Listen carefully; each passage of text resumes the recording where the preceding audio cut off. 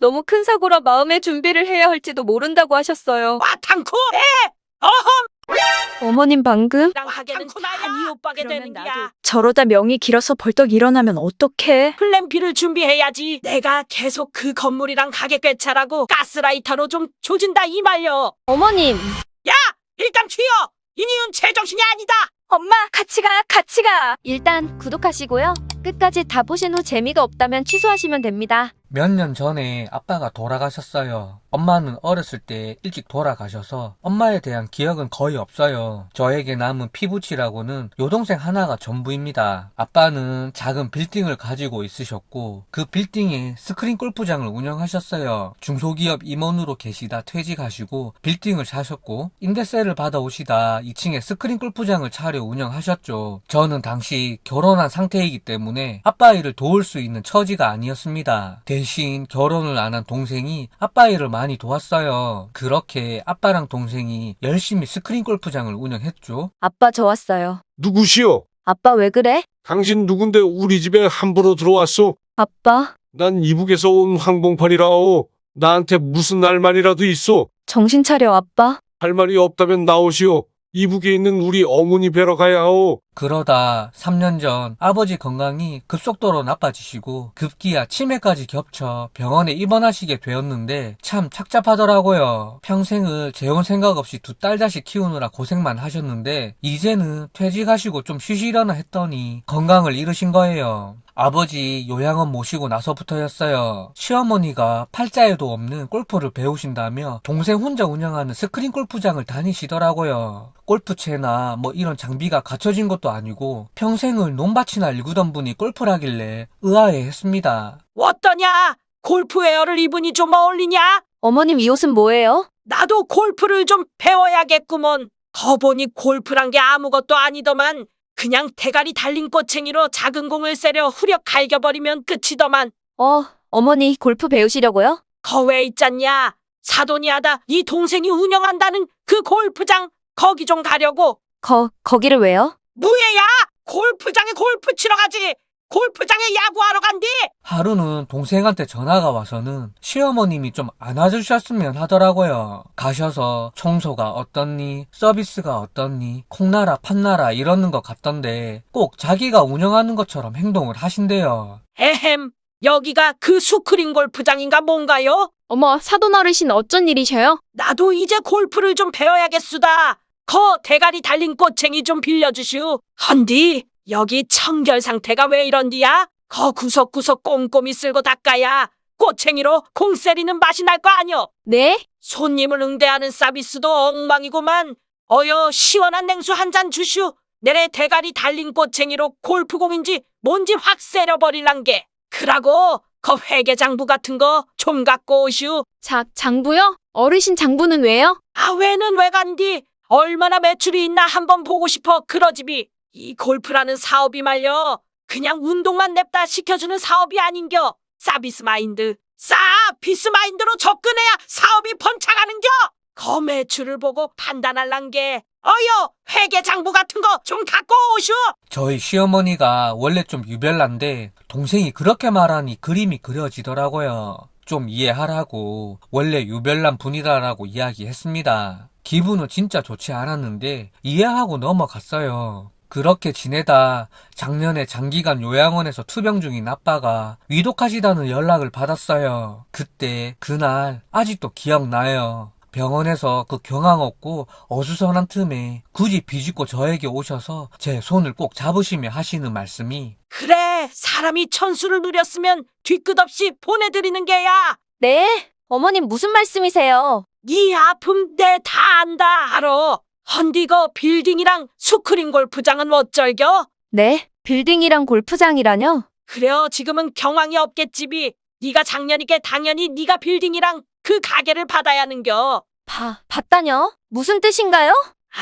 아니다. 아직 이 말 할 때가 아닌겨. 이 이야기는 나중에 다시 하자꾸나. 헌디 하나만 기억해. 넌 장녀다. 장녀로서 부모님의 재산과 가업을 물려받는 건 아주 당연한 하늘의 이치요. 알간디? 아빠가 가지고 있는 빌딩이랑 사업장을 당연히 제가 물려받아라는 식으로 말씀하더라고요. 근데 그때 워낙 정신이 없어서 한 귀로 듣고 한 귀로 흘려버렸는데 아빠 돌아가시니 대놓고 말씀을 하시더라고요. 아빠 장례식장에서 하는 말이 얼마나 상심이 크냐? 헌디 네 아빠 건물이랑 가게는 어떻게 하기로 했냐? 일전에도 내 말했듯 네가 장녀니께 네가 맡아서 해야 하지 않겠냐? 네. 그게 말이요. 양심의 가책 같은 거 전혀 가질 필요 없는 거요. 아내가 왜 네 동생이 운영하는 그 수크림인지 뭔지 골프장을 다녔는디 다 이런 일 생길 걸 알고 미리 준비한겨. 내가 그 골프장 운영에 큰 도움을 줬지비. 그런 게 너는 그 건물이랑 가게 봤는데 전혀 양심의 가책 같은 거 느낄 필요 없단 게 알간디? 엄마, 당연히 이 사람이 맡아서 하죠. 뭐 그런 걸 물으세요. 그래, 그렇지비. 와, 탕쿠나야!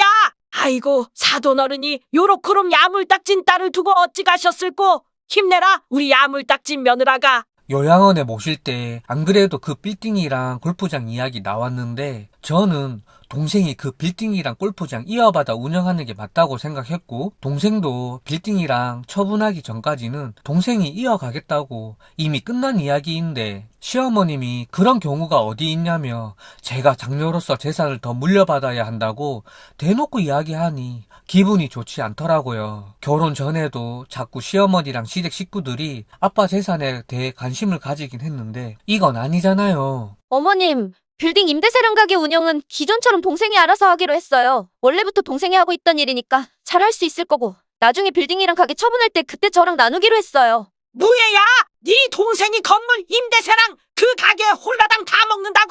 세상 천지 그런 경우가 어딨냐? 명색이 네가 장녀인데 가만히 앉아서 그걸 뺏겨? 아니, 그래도 그렇지 그 큰 건물이랑 가게를 왜 나하고 상의도 없이 처제를 다 줘. 자기랑 나누자 했어야지 왜 이렇게 욕심이 없어. 처제도 양심이 있으면 그러면 안 되지. 뭐? 욕심. 난 가게 운영에 대해서는 하나도 모르고 그 건물도 여태껏 아빠랑 동생 둘이서 쉬지 않고 관리해온 거야? 그러니 동생이 알아서 하는 게 맞는 거지. 워메 세상 천지 요렇게럼 황당반스 경우를 봤나? 어이쿠 쏙 터져 어이쿠 속 터져.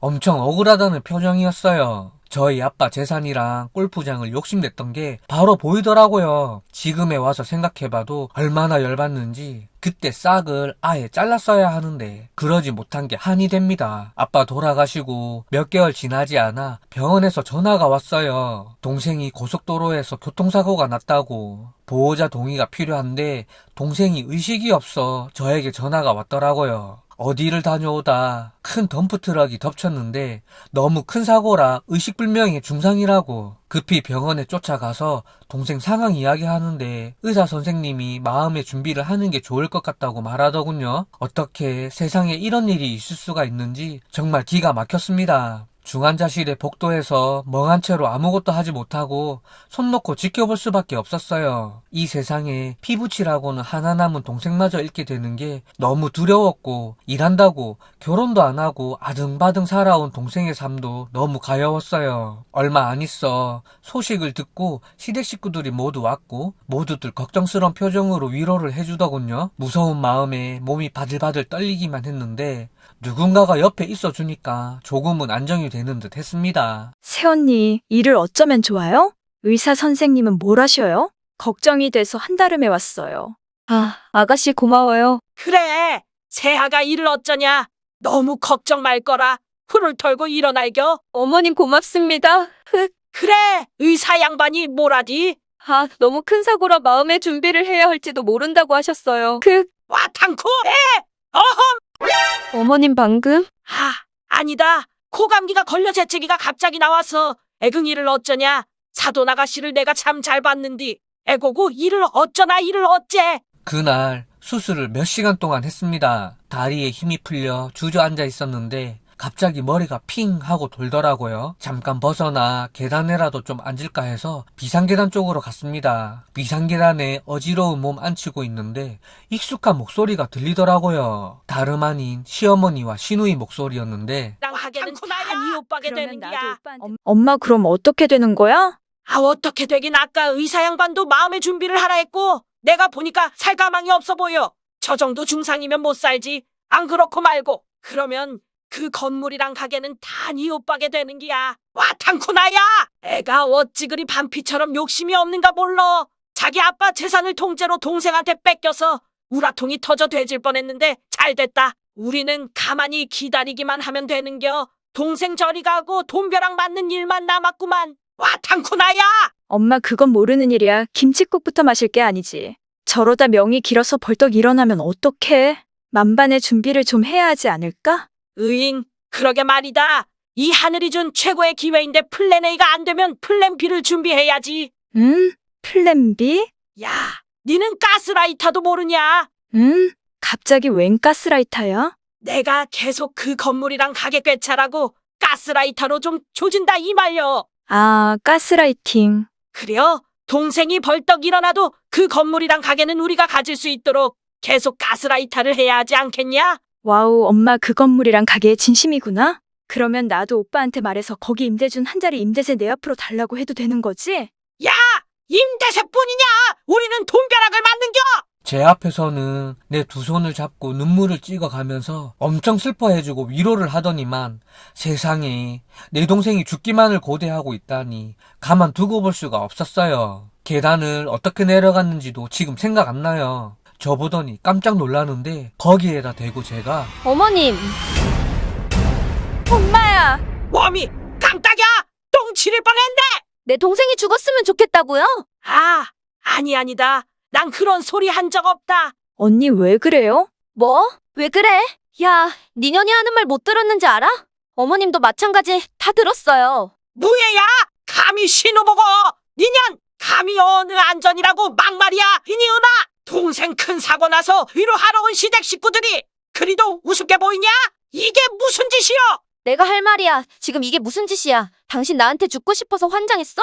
나 지금 눈에 뵈는 게 없는데 이판사판 다 엎어버릴까? 아니, 이니은이 쥐약을 먹었나? 눈이 뒤집혔어. 여기서 오늘 다 죽어볼래? 나 더 살고 싶은 마음도 없어. 니들 속마음 모를 줄 알아?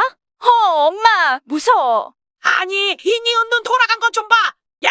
일단 튀어! 이니은 제정신이 아니다!